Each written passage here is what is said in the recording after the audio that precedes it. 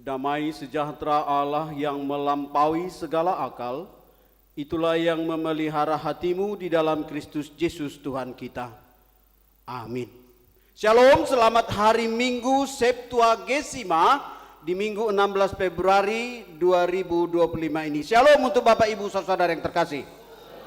Firman Tuhan yang menjadi renungan khotbah bagi kita di minggu ini dari Yeremia 17 ayat 12 sampai dengan ayat 18.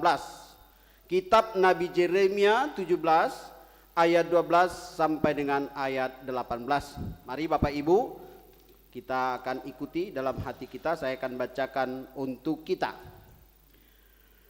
Tahta kemuliaan, luhur dari sejak semula, tempat bait kudus kita. Ya, pengharapan Israel, Tuhan, semua orang yang meninggalkan Engkau akan menjadi malu. Orang-orang yang menyimpang daripadamu akan dilenyapkan di negeri, sebab mereka telah meninggalkan sumber air yang hidup, yakni Tuhan.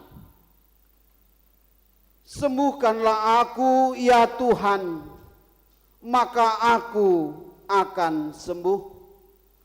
Selamatkanlah aku, maka aku akan selamat, sebab Engkaulah kepujianku. Sesungguhnya mereka berkata kepadaku, di manakah firman Tuhan itu? Biarlah ia sampai. Namun tidak pernah aku mendesak kepadamu untuk mendatangkan malapetaka. Aku tidak mengingini hari bencana. Engkaulah yang mengetahui apa yang keluar dari bibirku. Semuanya terpampang di hadapan matamu. Janganlah engkau menjadi kedahsyatan bagiku. Engkaulah perlindunganku pada hari malapetaka. Biarlah orang-orang yang mengejar aku menjadi malu, tetapi janganlah aku menjadi malu. Biarlah mereka terkejut, tetapi janganlah aku ini terkejut. Biarlah hari malapetaka menimpa mereka, dan hancurkanlah mereka dengan kehancuran berganda. Demikian firman Tuhan. Bapak Ibu saudara yang terkasih, sepertinya firman Tuhan ini sepenggal dari sebuah rangkaian panjang yang seharusnya bisa kita pahami. Tetapi saya akan lebih cepat mempersingkatnya karena waktu kita harus singkat dengan acara Mana Burboni yang tadi. Oleh karena itu mari Bapak Ibu boleh perhatikan. Septuagesima itu artinya 70 hari, itu bahasa Latin. Dalam tradisi HKBP itu 70 hari sebelum Paskah. Jadi jemaat yang dikasihi Tuhan, mulai hari ini kita sudah memiliki visi melihat bahwa kita akan masuk kepada Paskah, di mana Tuhan yang telah menjadi manusia akan rela tersalib mati dan bangkit kembali untuk keselamatan kita. Artinya kasih Allah kepada semua bangsa bagi yang mau menerimanya. Yeremia 17 ini serangkaian panjangnya itu bercerita tentang 70 tahun bangsa Israel harus dibuang karena mereka telah menolak, meninggalkan, bahkan menyembah berhala. Kehidupan umat Israel yang dulunya telah selamat dan diberkati Tuhan, mereka sekarang meninggalkan Tuhan, seolah-olah mereka beribadah kepada Tuhan. Mereka tetap masih beribadah, tetapi di luar ibadah mereka juga menyembah berhala. Bahkan ada acara memotong, mengorbankan anaknya untuk mendapat kekayaan. Nah, ini adalah perlakuan-perlakuan orang-orang yang tidak percaya kepada kuasa Tuhan. Jadi ini menjadi peringatan bagi kita sampai kita melihat kesedihan yang luar biasa dari seorang nabi. Nabi Yeremia ini termasuk nabi besar. Kenapa? Karena 5 raja dia hadir di sana. Dari mulai Israel belum hancur sampai Israel luluh lantak. Karena apa? Mereka tidak mau mendengarkan firman Tuhan. Mereka menolak berita yang disampaikan oleh Nabi Yeremia tentang peringatan Tuhan, bahwa mereka akan dibawa ke negeri Babel. Kita ingat banyak orang-orang seperti Daniel, ya, Sadrak, Mesak, Abednego itu dibawa kepada pembuangan negeri Babel. Nah, bukan hanya mereka, Yeremia sendiri pun ikut sebagai seorang nabi. Dia tidak lepas daripada proses penjajahan, pembuangan dari Raja Babel tersebut. Oleh karena itu, ini merupakan jeritan. Ini adalah suara tangisan dari Nabi Yeremia. Ada 6 perikop. Yeremia pasal 11, Yeremia pasal 12, Yeremia pasal 15, Yeremia pasal 17, Yeremia pasal 18, Yeremia pasal 20. Jadi ini panjang. Kita baca pasal 17, itu dimulai dari pasal 11 sampai pasal 20. Tangisan oleh Nabi Yeremia. Ratapan Nabi Yeremia. Nah, sekarang kita lanjutkan. Ada 3 hal yang diharapkan, ya. Yang pertama, Tuhan menjadi pengharapan. Itu menjadi tema kita, ya. Tuhan menjadi pengharapan. Kalau dalam bahasa Batak dikatakan Tuhan do pakirimoki, ya. Bahasa Batak ada buku ND kita nomor 769. Tude bata do pakirimoki di tanolaut nang hajang-hajangi. Itu. Artinya kita diajak untuk melihat bahwa pengharapan kita tidak lain adalah Tuhan. Tuhan pengharapan kita. Sebab dia penuh kasih, kebaikannya melimpah tak terbatas, kedaulatan dan kuasanya kekal, bahkan janjinya ditepati. Kalau orang bertobat, Tuhan akan selamatkan. Kalau orang tidak mau bertobat, Tuhan akan hukum. Kita baca ayat 18 tadi. Tuhan akan menghancurkan berlipat kali ganda. Jadi bukan hanya sekali, 2 kali, berlipat kali ganda. Tetapi juga Tuhan akan menyelamatkan orang-orang yang mau setia untuk mengakui dan menerima firman-Nya. Yang kedua, firman Tuhan menasehati kita agar kita tetap percaya, penuh keyakinan dan menyerahkan seluruh hidup kita kepada Tuhan, menjalani hidup ini sesuai dengan ajarannya, serta tetap bersyukur dan selalu mengucapkan terima kasih. Bersukacitalah senantiasa, bersabarlah dalam kesesakan, bertekunlah dalam doa. Roma 12. Yang ketiga, upah orang yang menerima janji Tuhan adalah keselamatan. Mereka akan memperoleh kekuatan, ketabahan, damai sejahtera, kebahagiaan dalam hidup, serta pertolongan yang tepat pada waktunya. Itu penting. Kita butuh, di saat kita sakit, kita berdoa, Tuhan tolong sembuhkan saya, dan Tuhan sembuhkan. Itu luar biasa. Ketika kita bawa mobil, lalu kemudian ada gempa atau ada longsor, terus mobil kita hendak masuk ke jurang, lalu kita berseru, Tuhan tolong saya. Mobil kita masuk tetapi terangkat di pohon yang sedang ada di bawah jurang. Artinya mobil kita tidak sampai hancur ke bawah gitu dengan kita. Nah, itu pertolongan yang tepat.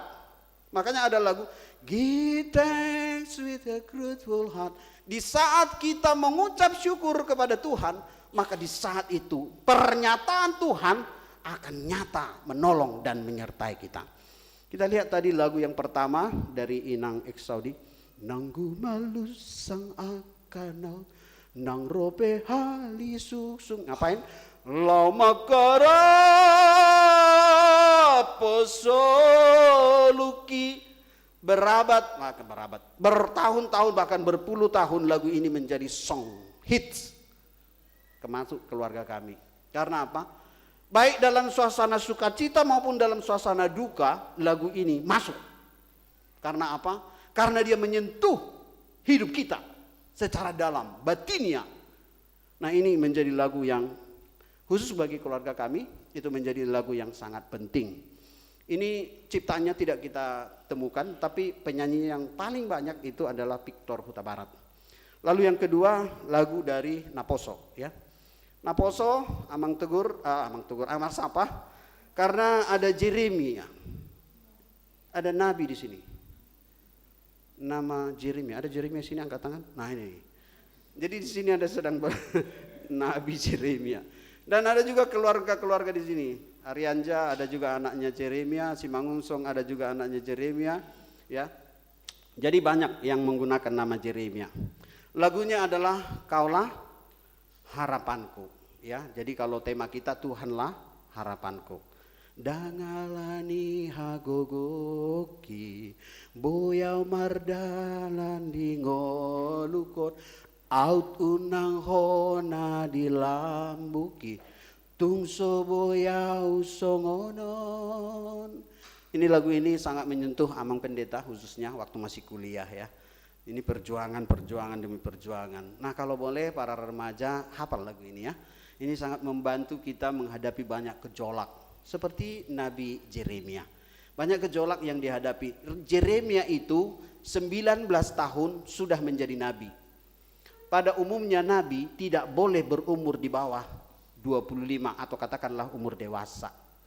Tetapi tidak ada lagi orang yang bisa dipilih oleh Tuhan pada masa itu. Akhirnya Tuhan harus memilih Jeremia yang masih muda. Bayangkan kalau anak-anak remaja ini kita suruh khotbah di sini sekarang. Apa yang akan mereka sampaikan? Mungkin mereka akan lebih banyak diam daripada berbicara. Karena apa? Kemampuan mereka belum sampai di sana. Tetapi Jeremia harus bicara pada nabi-nabi, pada imam-imam, bahkan Jeremia itu karena menyampaikan firman Tuhan, dia dipasung, dia dipenjara di depan bait Allah. Karena dia terlalu banyak bicara tentang Tuhan. Dan pembicaraannya itu mengingatkan hukuman yang akan datang kepada umat Tuhan. Ketika mereka sedang berperang, Jeremia katakan kita akan kalah.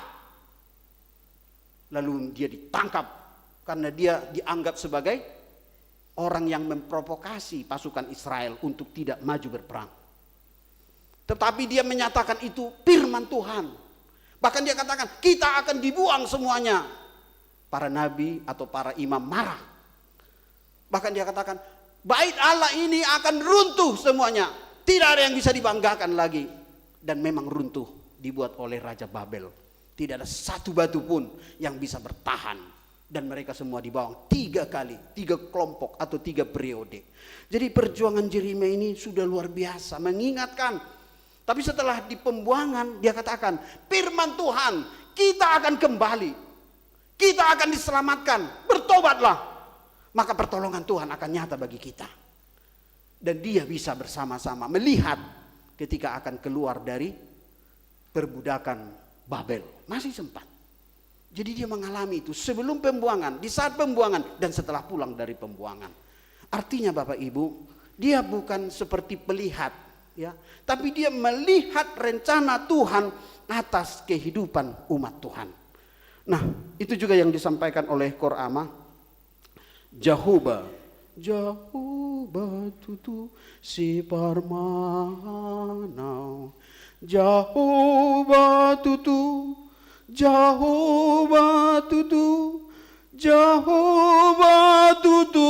si parmanau. Dang be huranganau, dang be mabiarau ala Jahuba dongaki. Ini adalah prinsip yang harus kita bawa pulang. Apapun perjuangan kita, apapun pergumulan kita, apapun penyakit kita, apapun persoalan kita, Jahuba tutu si parmahanau. Tuhan dang alani hagogoki. Nanggu malusang akalaut. Sekalipun banyak gelombang, gelora yang kita hadapi dalam hidup ini. Next. Bagaimana kita lihat nextnya? Cepat aja nih. Senam sehat setiap hari Rabu. Kenapa ini penting? Karena kami yang ikut senam merasa banyak yang tidak ikut senam. Padahal jemaat kita banyak.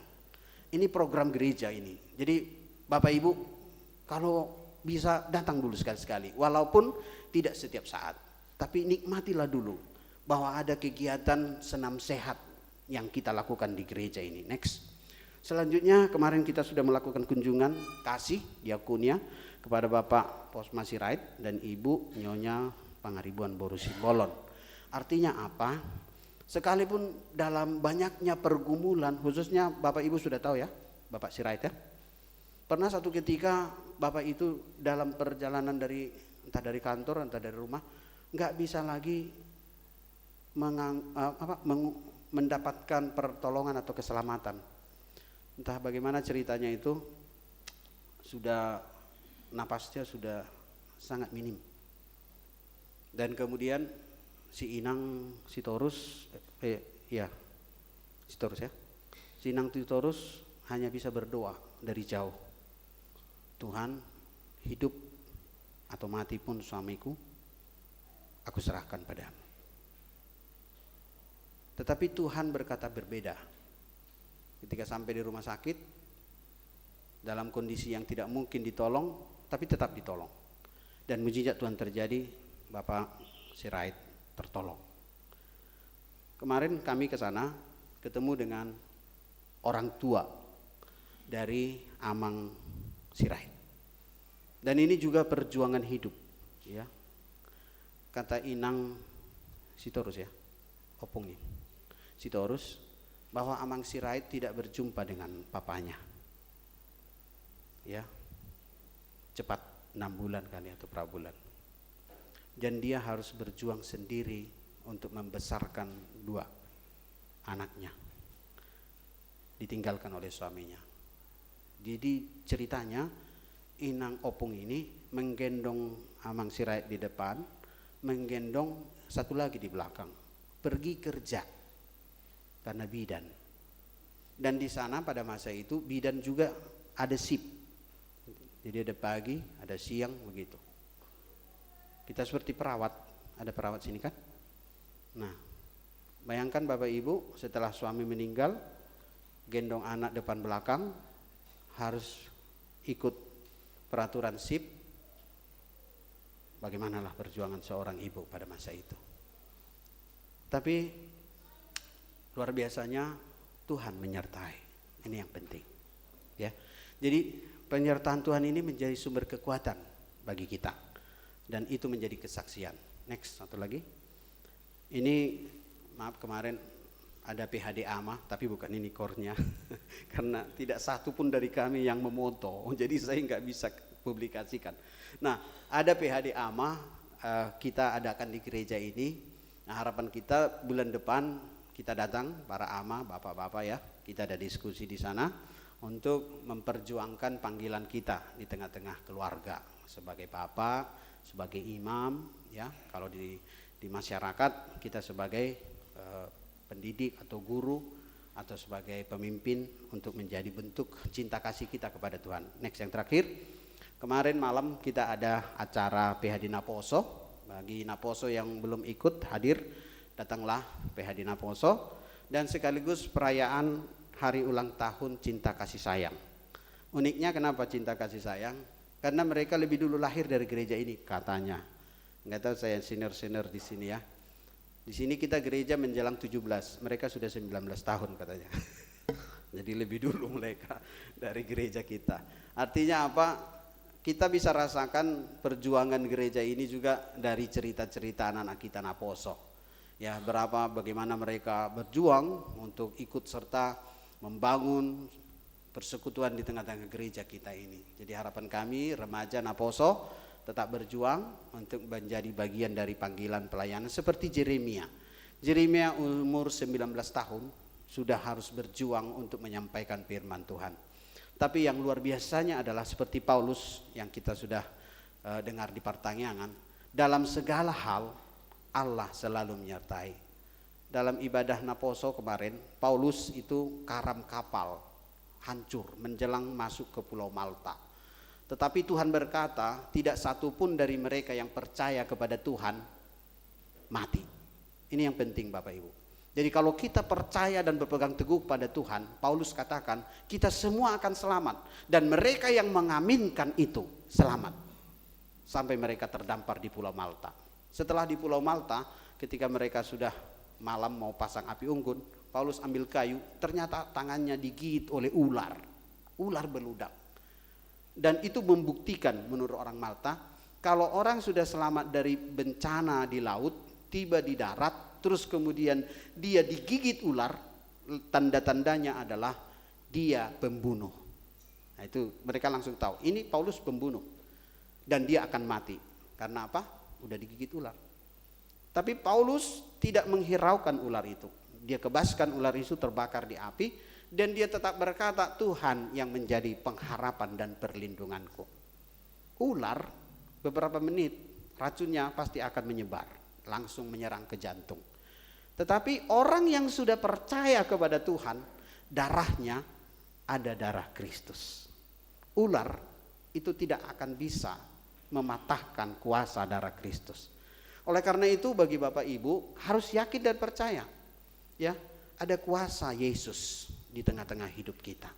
Mari kita bawa pulang bahwa pengharapan kita, kekuatan kita dan pertolongan kita hanyalah di dalam Kristus. Amin. Mari kita berdoa. Bapa di sorga, kami bersyukur bahwa kesempatan ini mengingatkan kepada kami bahwa penderitaan Yeremia itu adalah bentuk ketaatan kepada Tuhan. Dan jika kami harus mengalami banyak penderitaan sebagai bentuk ketaatan kami kepada Tuhan, tolong jagai kami, lindungi kami, kuatkan kami, berikan kami semangat yang baru sehingga kami tetap berjalan di dalam kehendak-Mu. Kami tahu tidak semua keinginan-keinginan Tuhan yang diberitakan di dunia ini, bahkan di persekutuan ini, diterima oleh jemaat Tuhan. Pasti ada yang menolak di dalam hatinya. Pasti ada yang tidak setuju dengan khotbah ini. Tapi kami tahu Tuhan, Tuhan sudah mengingatkan kepada kami. Jika ada orang yang menolak Tuhan, maka Tuhanlah yang akan menjadi hakim atas dirinya. Bahkan dalam ayat Yeremia 17 ayat 18, Tuhan mencatatkan orang-orang yang menolak Tuhan akan menerima hukuman Tuhan berlipat kali ganda. Biarlah kami boleh mengerti, kami bukan orang-orang yang harus dimurkai oleh Tuhan. Kami adalah orang-orang yang diselamatkan oleh Tuhan. Ajari kami Tuhan untuk lebih banyak mengintrospeksi diri, menanya apa sesungguhnya yang telah kami lakukan di hadapan Tuhan, supaya kami jangan menentang Tuhan, menolak firman Tuhan, supaya kami beroleh keselamatan dan kehidupan kekal. Biarlah kami berjalan dalam terang-Mu di tengah-tengah semua aktivitas pekerjaan kami, usaha kami, bisnis kami, bahkan semua tugas tanggung jawab kami, baik di kantor, baik pedagang, bahkan juga mungkin kami bekerja di rumah tangga. Kami semua memiliki panggilan masing-masing. Ajari kami Tuhan untuk lebih banyak bergantung kepadamu. Engkaulah pengharapan kami. Jauh bado pak kirimon nami. Pinuji magwarmu, terpujilah Engkau kekal sampai selama-lamanya. Di dalam nama Tuhan Yesus kami juga bersyukur untuk gerejamu pada hari ini. Kami bersepakat untuk membawa benih tanaman sebagai bagian daripada menabur boni.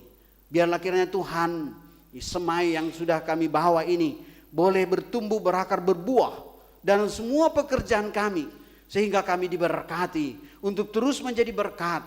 Karena mulai saat ini kami harus berdoa dalam semua pekerjaan dan usaha kami, supaya sebagian dari hasil pekerjaan kami itu kami serahkan untuk Tuhan. Sebab gereja ini, pelayanan ini adalah milik Tuhan, dan semua harta benda kami juga adalah milik Tuhan. Terima kasih Bapa, ditinggikanlah Engkau kekal sampai selama-lamanya. Bahkan juga kami berdoa untuk program-program gerejamu, untuk persiapan, untuk panitia peresmian resort. Tuhan kiranya memilih dan memanggil kami semua seperti Paulus dan Yeremia. Terima kasih Tuhan untuk seluruh pelayanan di gereja HKBP Persiapan Resort Letare ini. Berkati para hamba-hamba Tuhan yang melayani dengan mengandalkan Tuhan. Terpujilah Engkau, di dalam nama Yesus kami mengucap syukur dan berdoa. Amin.